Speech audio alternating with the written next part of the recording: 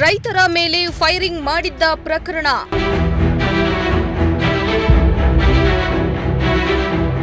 Firing ಖಂಡಿಸಿ ರೈತಪರ ಸಂಘಟನೆಗಳಿಂದ ಪ್ರತಿಭಟನೆ.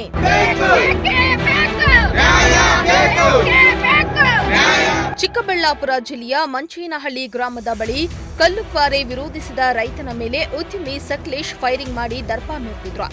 ಫೈರಿಂಗ್ ಪ್ರಕರಣದಿಂದ ಇಡೀ ಗ್ರಾಮ ಅಷ್ಟೇ ಅಲ್ಲದೆ ಚಿಕ್ಕಬಳ್ಳಾಪುರವೇ ಬೆಚ್ಚಿ ಬಿದ್ದಿತ್ತು. ಅಲ್ಲದೆ ಈ ಘಟನೆ ವಿರುದ್ಧ ರೈತಪರ ಸಂಘಟನೆ ರೊಚ್ಚಿಗೆದ್ದಿದ್ದು ಇಂದು ಡಿಸಿ ಕಚೇರಿ ಮುಂದೆ ಪ್ರತಿಭಟನೆ ನಡೆಸಿ ಆಕ್ರೋಶ ಹೊರಹಾಕಿದ್ರು.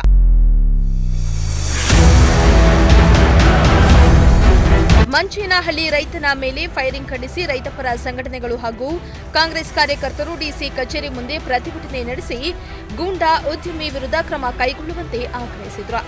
ಇನ್ನು ಕಳೆದ ಕೆಲ ದಿನವಷ್ಟೇ ಸಂಸದ ಸುಧಾಕರ್ ಅವರು ಶಾಸಕ ಪ್ರದೀಪ್ ಈಶ್ವರ್ ವಿರುದ್ಧ ಗಂಭೀರ ಆರೋಪ ಮಾಡಿದ್ದನ್ನ ರೈತರು ವಿರೋಧಿಸಿದ್ರು. ಅಲ್ಲದೆ ಈ ರೀತಿಯ ಸುಳ್ಳು ಹೇಳಿಕೆಯನ್ನ ನೀಡುವುದು ಸರಿಯಲ್ಲ ಎಂದು ಆಕ್ರೋಶ ಹೊರಹಾಕಿದ್ರು.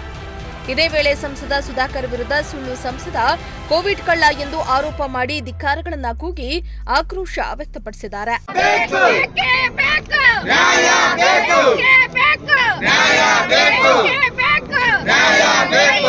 ಮೋಹನ್ ಕುಮಾರ್, ಪ್ರಜಾಶಕ್ತಿ ಟಿವಿ, ಚಿಕ್ಕಬಳ್ಳಾಪುರ.